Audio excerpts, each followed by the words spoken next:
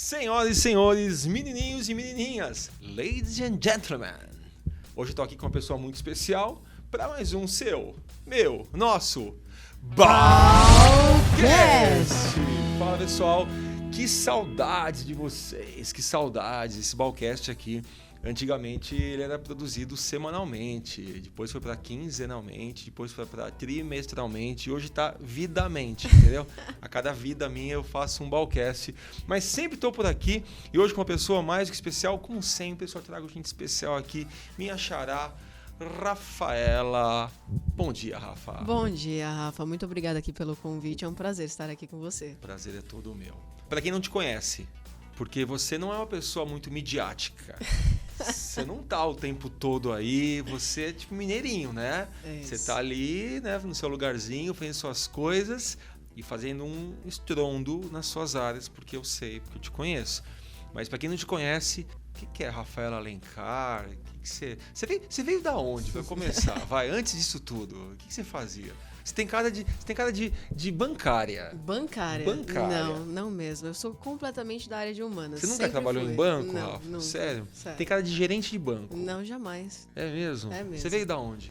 Na verdade, tudo começou aí trabalhando com inglês, né? Eu sou formada como intérprete e tradutora.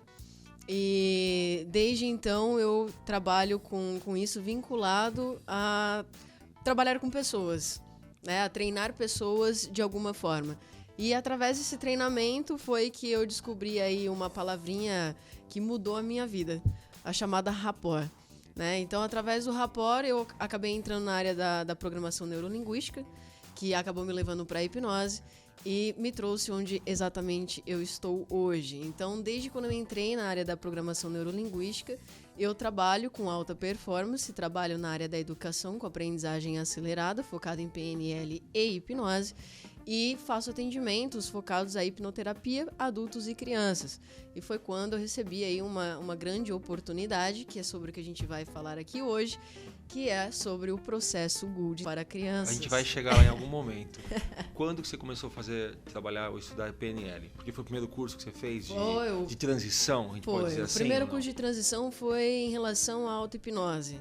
Auto-hipnose. O primeiro curso foi de auto-hipnose? Foi o primeiro curso. Antes de PNL, antes de tudo? Foi, antes de tudo. Porque normalmente a pessoa entra na PNL, Sim. Vira um peneleiro, né? Isso mesmo. Vira como que é que o pessoal chamava dos peneleiros?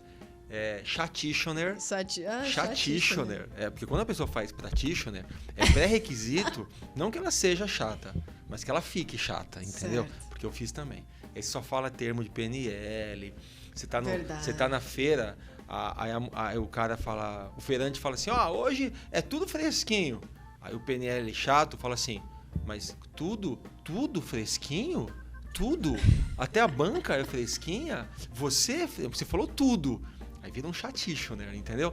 E antes do chatitioner, você fez auto-hipnose? Mas quem faz auto-hipnose do nada assim? Você trabalhava com inglês antes? Sim, já trabalhava com inglês, já trabalhava na área de interpretação. Você tem quantos anos, Rafa? Tenho 28. Você é muito nova, Rafa. Isso é algum 28? problema?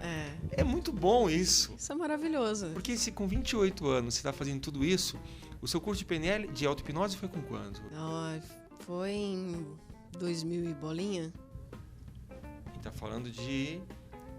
Mais de 10 anos atrás. 10 anos? Isso, bem mais. Então você tinha uns 18, 20 Isso, anos? Capaz que eu não tinha... eu acho que eu não tinha feito nem 18 anos ainda. E aí você achou esse curso aonde? Foi pesquisando e eu acabei caindo no Rio. Achei cursos no Rio. Fui viajar para o Rio de Janeiro sozinha e fiz o curso. Porque eu acreditei que de todas as minhas pesquisas vinculadas ao rapport... quando eu achei sobre o assunto da PNL, o que me chamou a atenção foi justamente o que eu queria para minha vida. E eu entendi que a partir daquele momento, muito mais importante do que desenvolver as pessoas, que era um trabalho que eu já vinha fazendo há muito tempo, principalmente que eu sempre trabalhei como voluntária, era me desenvolver. Então, era poder trabalhar um autodesenvolvimento e um autoconhecimento muito maior. E foi a partir daí que eu escolhi deixar a PNL para um próximo momento e iniciar toda a minha jornada aí através da auto-hipnose. Aqui a gente sempre gosta de falar sobre a parte do empreendedor, mas não mostrar apenas a parte bonita. Porque quem ainda não está na parte bonita da vida tá na parte feia. E a parte feia é: não consigo emprego, não tenho dinheiro para fazer minhas coisas, tô ralando, não vejo nada acontecer. Olho na internet e tem milhões aí de pessoas falando, se dando bem o tempo todo. Então, assim, quem tá na parte feia da vida, que todo mundo já teve, né, é o que para mim mais importa aqui, para a gente de alguma forma inspirar quem está nesse momento dessa ralação, né? Quando você tinha lá seus 18, 20 anos, qual que era a dor, Rafa? Se você pudesse se colocar lá para trás, né? O que faltava? Você achava o quê, hein? Que você ainda tinha muito a se desenvolver? Porque você não sabia que ia chegar até aqui. Não dá para falar que chega. Jamais. Mas como é que era lá? Era uma professora de inglês? Rafa, a minha história é uma história que pra mim é bem dolorido, porque eu sempre fui considerada a ovelha negra da família, né? Você é filha de quantos irmãos? Eu sou filha de 2 irmãs. 2 irmãs? São 3 meninas? São 3 meninas, 3 mulheres. Manda um abraço pros seus pais, viu? Pode deixar que eu mando sim. Eles merecem. 3 meninas. 3 meninas. E aí? Elas são bancárias, certeza. Não, mas uma delas sim, trabalha com a parte mais da administração. Uhum. Agora, eu por ser a mais velha, a expectativa sempre foi muito maior.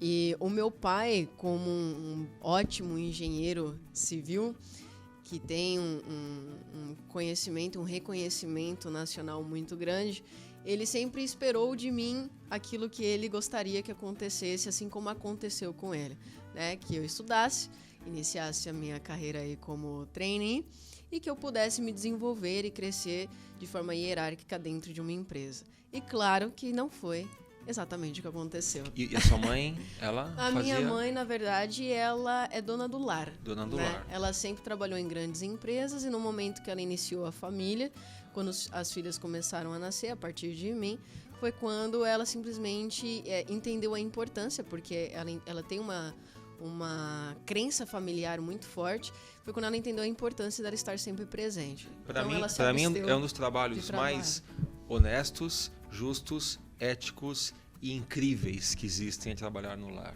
Porque além de desafiadores, né? Muito. Só, assim, quem passou uma semana cuidando de casa, né, da administração do lar, entende que é isso. Assim, eu respeito demais. Verdade. Minha mãe fez isso a vida inteira, eu já fiz isso um tempo da minha vida, ajudando em casa. Respeito demais. Só que é uma família doriana, né? Mãe fica em casa, isso. Pai engenheiro, e aí a primeira filha, exato. Vem aquela pressão inteira. Você tem que dar certo. Você tem que dar certo. E muitas vezes essa pressão é que faz você dar errado, porque tira a tua criatividade, tira a sua independência psicológica, tira a sua vontade. E assim, não julgando o seu pai nem o meu pai, porque acho que foi o modelo que eles foram criados, mas é cruel, né, você colocar num filho a responsabilidade de ser o que muitas vezes eles gostariam de fazer. Exato. Né? É muito cruel isso. E eu imagino que a gente está vivendo um momento de transição, onde os pais estão compreendendo que tudo bem o filho fazer o que quiser, e tá tudo certo. Né? E aí para você, Rafa?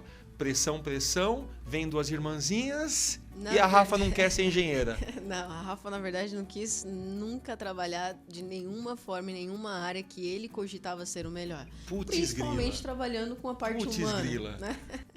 Mas foi um processo bem interessante, porque vivendo a dinâmica familiar que eu estava vivendo, eu acabei pegando muitas das características dele, né? E essas características me fortificaram ao ponto de eu tomar a decisão de fazer aquilo que eu gostaria de fazer.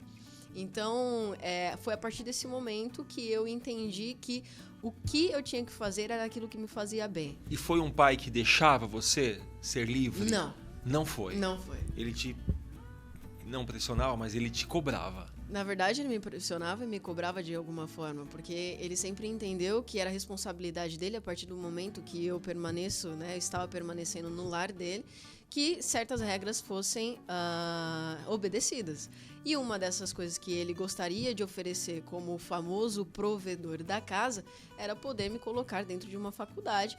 Só que esse curso em específico tinha que ser da autorização e da expectativa dele. Com certeza. E aí, passar pelo funil dele. Exatamente. Pela peneirinha. E essa peneirinha nunca existiu. E a Rafa não quer saber. Eu sempre forcei a peneirinha acontecer. Você não fez faculdade?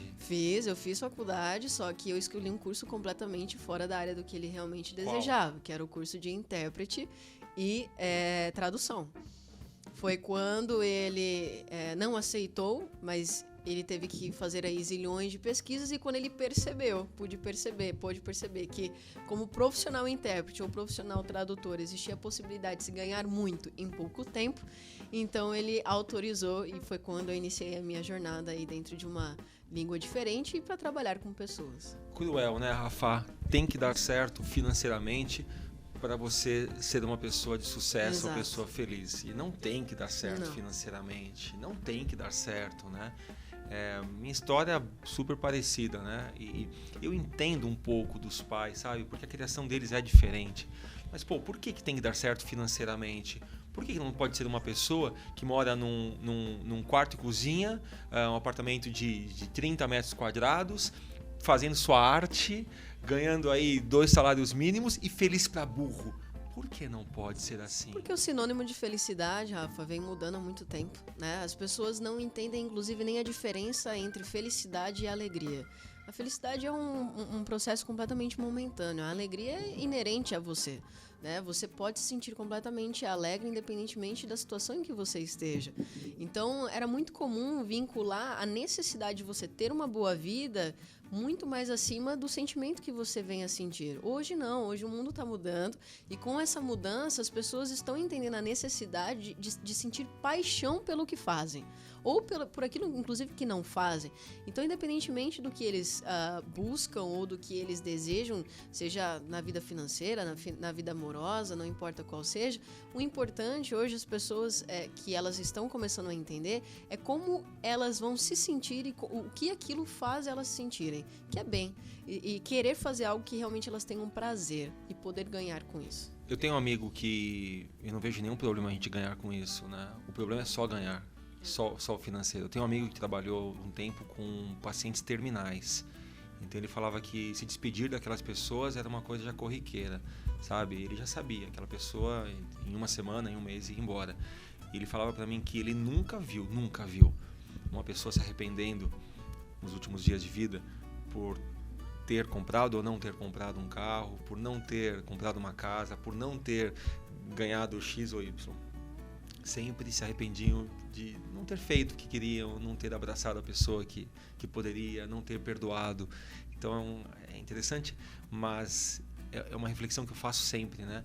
Numa decisão presente, muitas vezes me coloco lá na frente. Será que lá no futuro isto seria uma coisa que eu me arrependeria de ter ou não ter feito?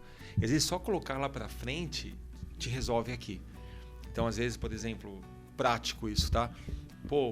Posso trabalhar nisso, que eu vou ganhar um pouco mais de dinheiro, ou eu posso negar isto e fazer um passeio com a minha família ou ficar aqui. Isso tudo bem, que não vai me afetar financeiramente. Aí eu me coloco lá na frente. Quando eu tiver com 99 anos, será que eu vou me arrepender de não ter ganhado esse dinheiro? Eu acho que não. E são fases, são momentos da sua vida que você tem que colocar numa balança. E aí essa Rafa começou a brigar com a família. Em algum momento o pai falou, opa, ela vai ganhar dinheiro com isso, ela fala bem inglês, ela está se dando bem. E você imerge nessa carreira de intérprete, você realmente trabalhou com isso? Trabalhei com isso. Não é uma área muito facilmente trabalhável, se é assim que eu posso dizer, porque é um grupo extremamente seleto. Então, quando já estão acostumados com um profissional, dificilmente você consegue se incluir. Hoje, as pessoas estão entendendo que se você fala uma determinada língua, você já pode se classificar ou se intitular como um intérprete ou até mesmo como um tradutor. Justamente por essas duas profissões não serem regulamentadas.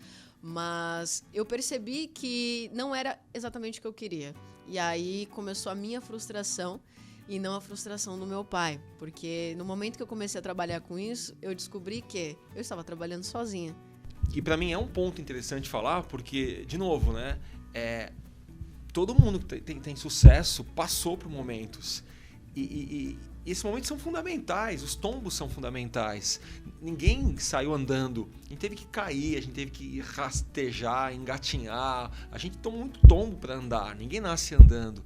E aí chega um momento que você fala, putz, meu pai não ia, mas eu fui, então ok. Só que agora eu vejo que não é pra mim. E é um dilema. Sempre foi. É o dilema. E aí? Não foi pelo dinheiro?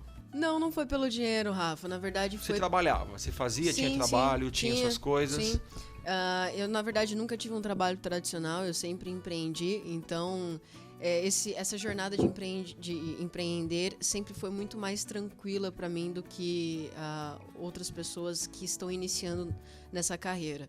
Mas no momento em que eu percebi que não era aquilo, porque eu não estava me conectando com pessoas, porque eu não estava ajudando de forma direta elas, começou a corroer aquilo que eu acreditava que eu tinha como uma possível paixão. Você não era mais plena, você fazia porque tinha que fazer, exato, mas não te preenchia, é isso? Exato, corretamente. E aí? Aí é hora de buscar curso, e aí foi quando eu encarei a minha realidade e entendi que a vivência que eu tinha, a dinâmica familiar que eu vivia, enfim, a minha realidade era completamente diferente da realidade de todos. E foi quando eu entendi que eu estava apenas projetando a ausência que já havia dentro de mim. E foi quando nessa projeção eu encontrei muitas coisas que eu não gostei, que não eram agradáveis. Foi quando, compreendendo toda essa jornada, eu me deparei com essa palavrinha, a famosa palavrinha do rapport. E eu senti essa necessidade de começar a trabalhar primeiro em mim, para começar a famosa, frase: se a gente quer mudar o mundo, então comecemos por nós mesmos. E foi quando eu comecei a trabalhar esse meu autoconhecimento, meu autodesenvolvimento, para entender até onde eu queria chegar e o que eu queria realmente fazer. E o primeiro curso de transição foi esse de auto-hipnose? Foi a auto-hipnose. E aí lá você se encontrou, o que mudou? Porque na teoria eu entendo, né? Você se conhece, é um curso de autodesenvolvimento e tudo mais. Mas na prática, você era uma intérprete, que agora é uma intérprete que também sabe fazer auto-hipnose. O que mudou na prática? Bom, que rumo mudou? Mudou que eu entendi a facilidade daquilo que eu sempre presenciei na minha vida, de certa forma. Que aquilo que eu coloco como crença na minha vida, acreditando realmente, não apenas de mente, mas de coração, eu direciono a minha mente para fazer aquilo acontecer. E foi quando eu entendi que toda a facilidade que eu estava começando a ter dentro da minha carreira vinha justamente pelas decisões racionais que eu tomava e por acreditar verdadeiramente que aquilo pudesse acontecer. E no momento em que eu iniciei, então, a auto-hipnose, foi uma trajetória de autoconhecimento no sentido de eu percebi que muitas das maneiras que eu pensava podiam e até deviam ser mudadas de alguma forma para que eu pudesse crescer e eu pudesse evoluir dentro da minha necessidade. E aí a auto-hipnose pôde me promover isso, né? Promover a minha mudança de mindset, mudar a forma de olhar para o que a gente chama de realidade, poder mudar meus comportamentos, poder desenvolver aquilo que eu acreditava ser mais fraco e poder atingir um potencial máximo, que foi exatamente o que me encantou e acabou me puxando aí para a área da hipnose. Nesse momento, você cria o seu trabalho com alta performance ou ainda você estava na aprendizagem acelerada? O que acontece na prática? Na prática que eu comecei a me desenvolver e buscar a compreender como que isso acontecia.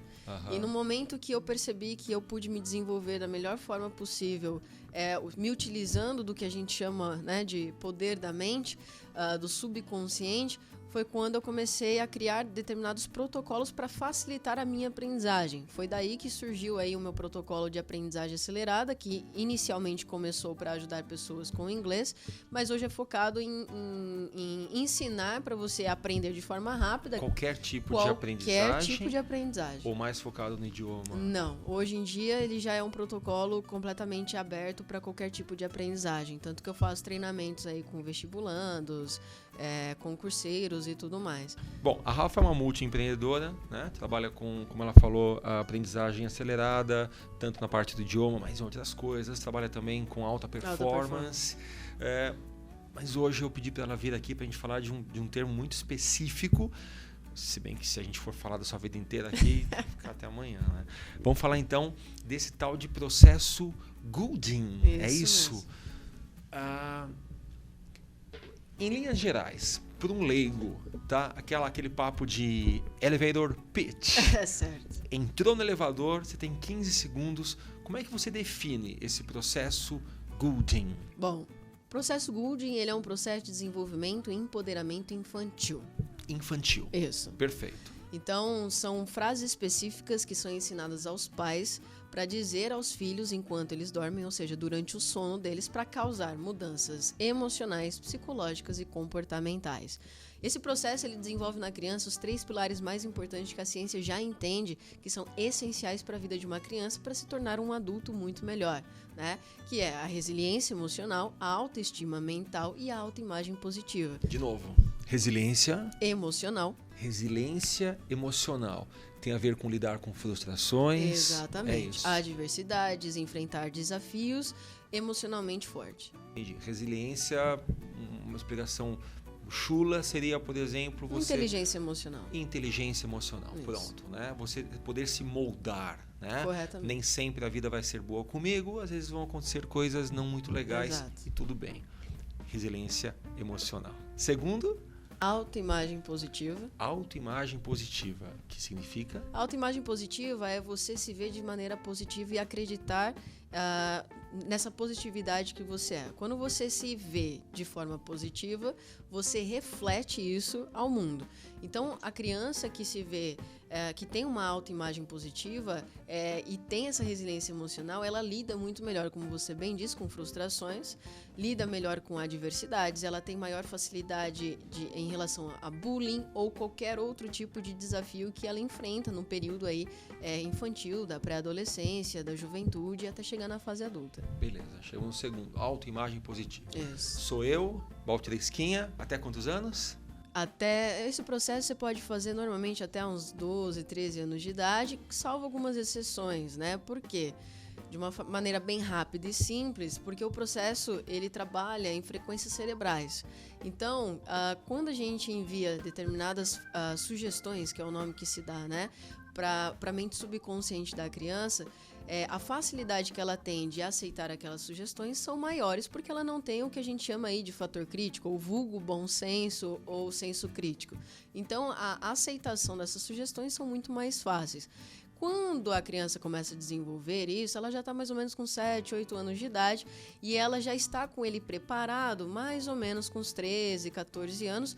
E aqui na nossa cultura brasileira em específico, estamos cada vez desenvolvendo mais cedo, né? Então esse fator crítico ele começa a ser desenvolvido aí entre os 10, 11, 12 anos de idade. Entendi. Então eu até os 12 anos, 11, 12 anos, claro, de pessoa a pessoa deve variar, mas eu olhar para o espelho e eu me ver como uma pessoa bonita, como uma pessoa poderosa, como uma pessoa, sei lá, autoimagem. Eu gostar de mim mesmo. Esse é um embasamento mínimo, Você né? Sabia que eu me acho lindo? Isso é maravilhoso. Para você que está me olhando agora, e está pensando assim, como é possível? É possível. É possível. Eu me acho bonito, eu me acho sexy, eu me acho charmoso, eu me acho que, putz, é tão bom a gente gostar da gente mesmo. Com né? certeza. Uma vez alguém me perguntou assim, cara, você consegue sair e ir para um cinema sozinho? E sabe que eu adorava fazer isso?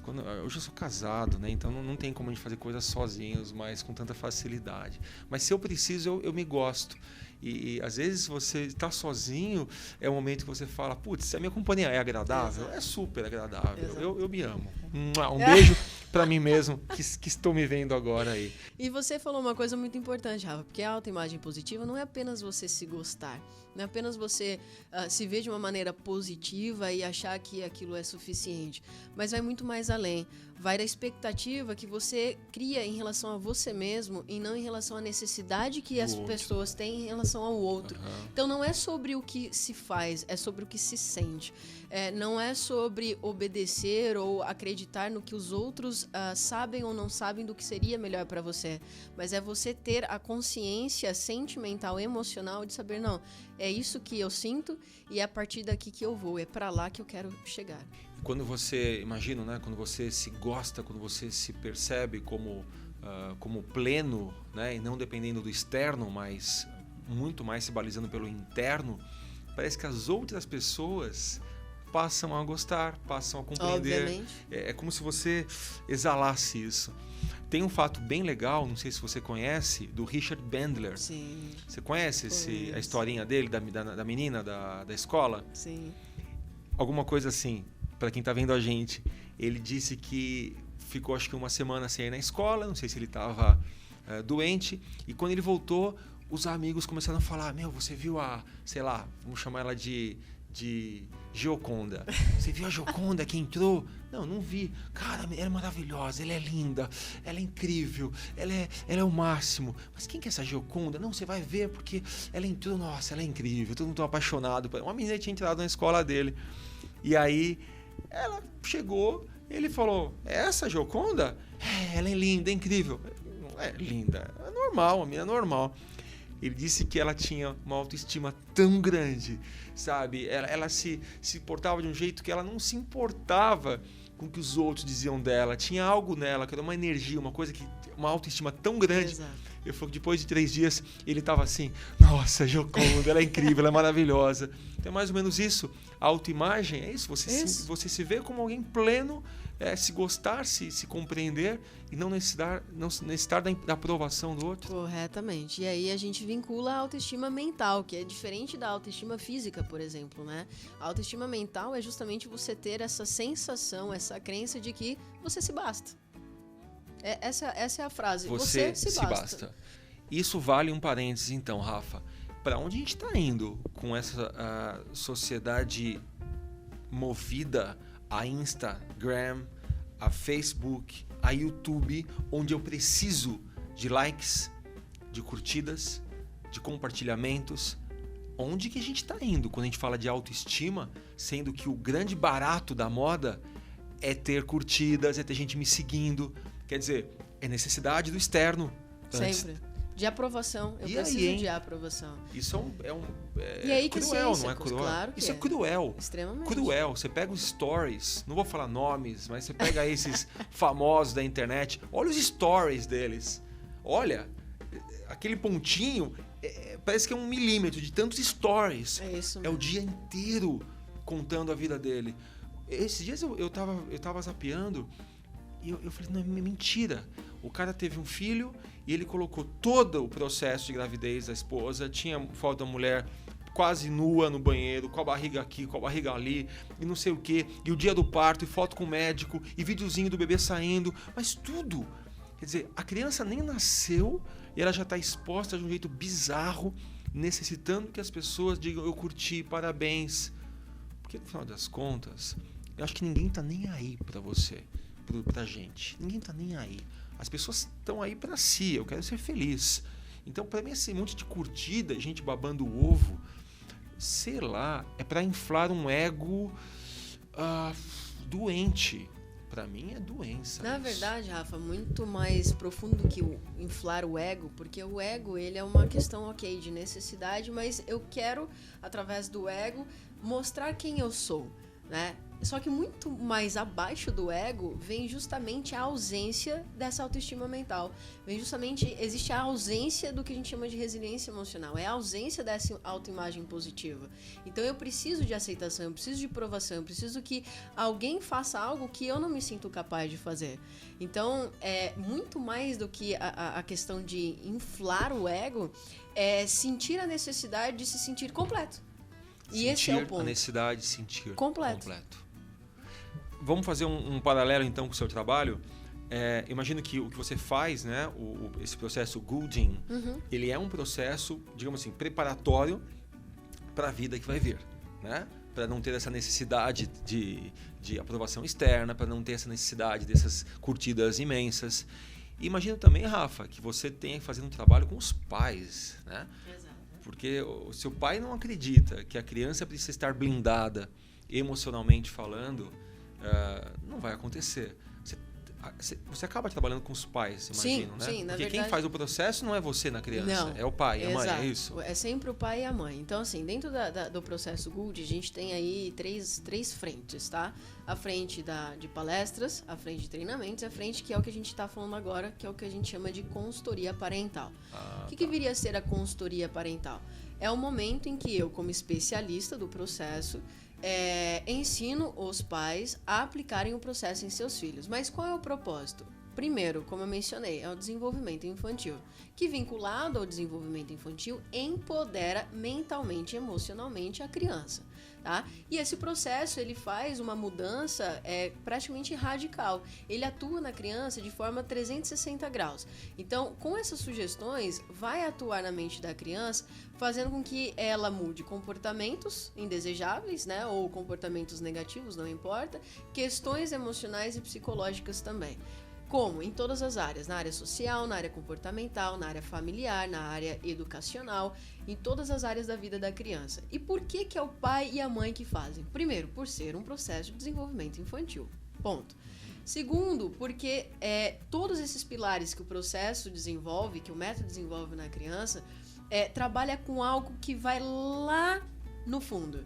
Mas antes de eu falar o que é, Rafa, eu queria que você me desse a oportunidade, se você imaginasse agora a tua infância e você pensasse nos teus pais, você como adulto hoje, você diria que você realmente se sente incondicionalmente amado pelos seus pais?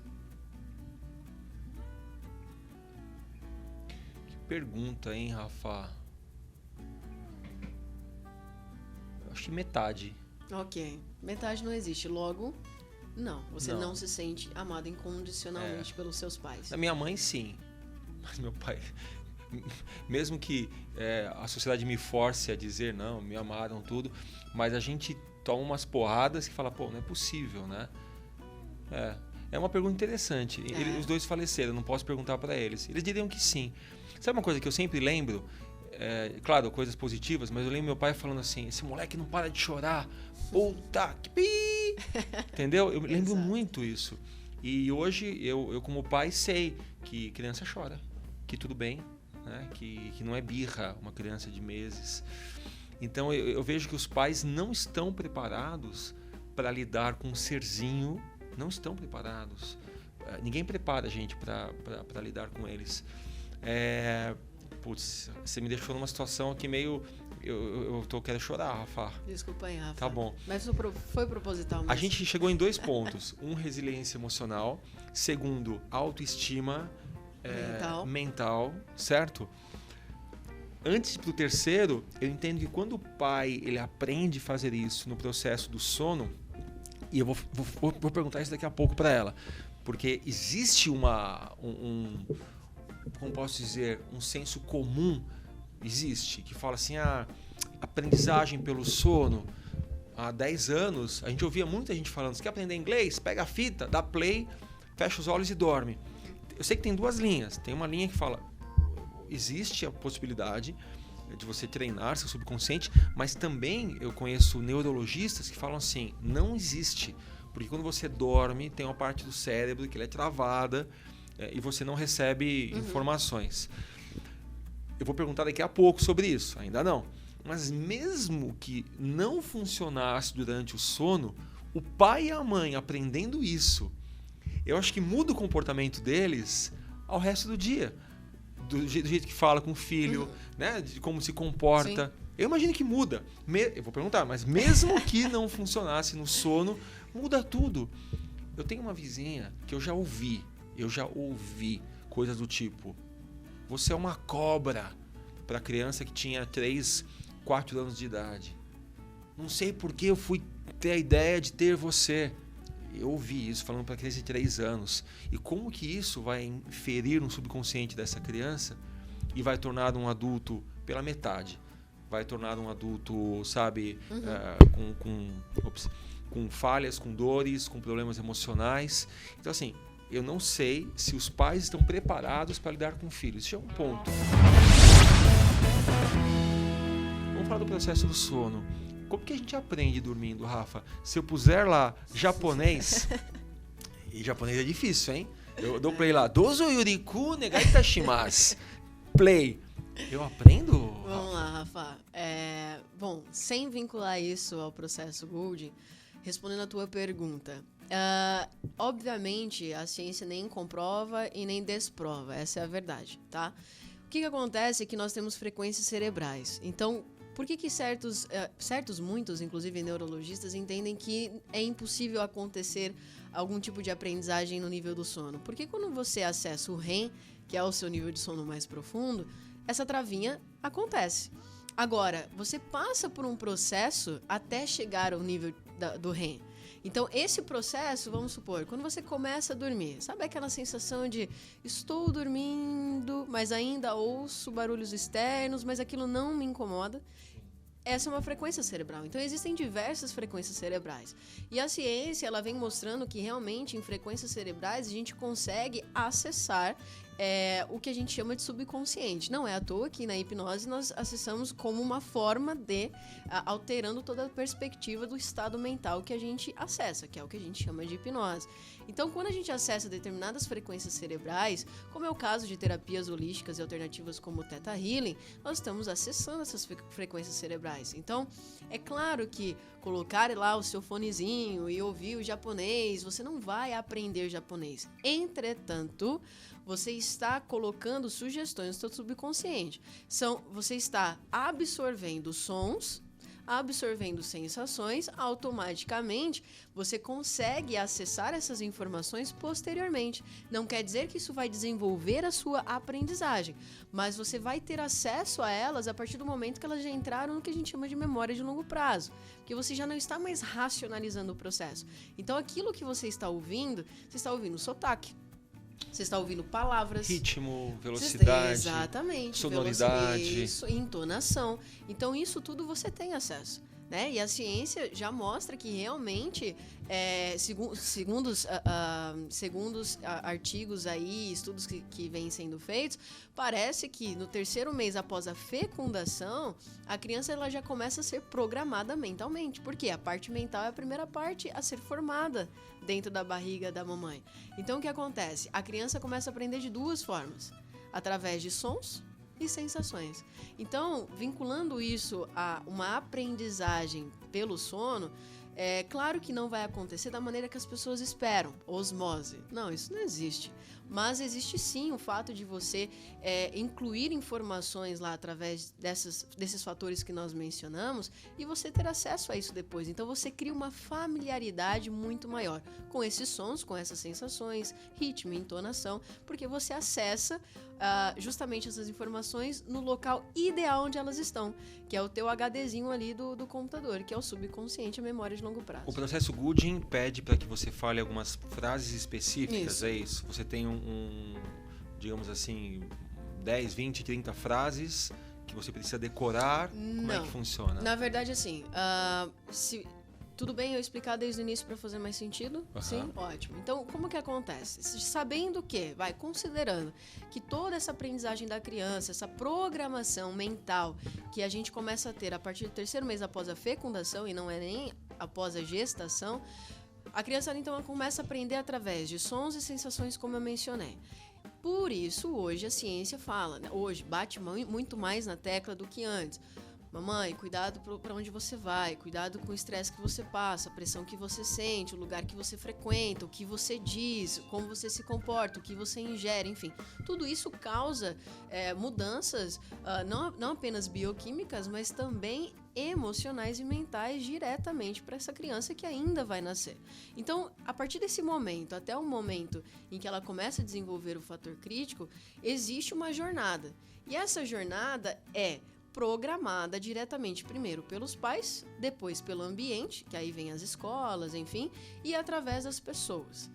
Tudo isso para dizer que, o que o processo Gooding faz? Ele já vem desde lá evitando que essa programação que vai acontecer de uma forma ou outra, principalmente através dos pais, aconteça de forma negativa. Então é como se fosse uma orientação aos pais de desenvolvimento, ou seja, como eu vou desenvolver o meu filho a se tornar emocionalmente resiliente e fortemente dentro do que a gente chama de autoestima ou autoimagem positiva. Entendi. Então não dizer coisas como isto, né? Isso vem depois, Rafa, como uma consequência. As sugestões iniciais dentro do processo Goulding, ela vem com o propósito de programar positivamente a criança. Ou seja, é instalar ou até mesmo reinstalar novas crenças no subconsciente da criança. Então, além de alterar, substituir crenças negativas anteriores por crenças positivas, você ainda empodera a criança, empodera o filho a se desenvolver muito mais facilmente e de forma positiva. Aí eu vinculo com aquilo que a gente estava falando, que é a questão, o que o amor incondicional tem a ver com isso?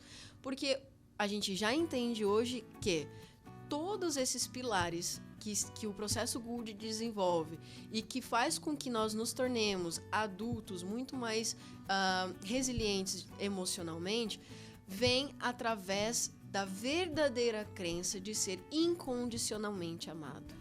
Esse é o ponto inicial. É o ponto, é o start, na verdade, do processo Goulding. Por quê? O pai e a mãe podem falar assim, filho, mamãe te ama. Filho, papai te ama. Só que qualquer coisa que esteja vinculado a uma atitude contrária àquilo, a emoção não é coerente com aquilo que se ouve. Okay. Então, quando o pai levanta a mão, ameaça, xinga, bate, quando a mãe fala coisas, por exemplo, como você mencionou, você é uma cobra com uma criança de 3, 4 anos de idade, ela já está programando o filho dela. Não é coerente com o que eu falo. Não é coerente. Ela disse, eu te amo ontem, mas hoje me bate. Exatamente. Então, uma das duas está errado. Uma das duas está errado. E sempre vence a emoção. É aquela sensação de, mas mamãe disse que me ama, mas não deve amar, porque isso daqui não me faz bem. Então, vai criando um sistema de crenças na cabeça da criança que vai trazendo a certeza de não ser amada. Vamos na parte prática. Claro. O lance do bater, para mim, tá mais do que explicado. Esse lance de um tapinha não dói, para mim não cola, né? Uma agressão física nunca. Mas, por exemplo, quando você fala para a criança, não, você não pode ir, porque a gente sabe que não é um lugar legal para a criança, por exemplo. Para a criança, isso pode ser, não me ama. Porque se me amasse, como fala, deixaria eu fazer tudo. Exatamente. Como é que faz nesse caso, Rafa? Rafa, olha, eu poderia te dar dicas um pouco mais práticas, mas que não seriam suficientes para resolver nenhum tipo de problema, tá?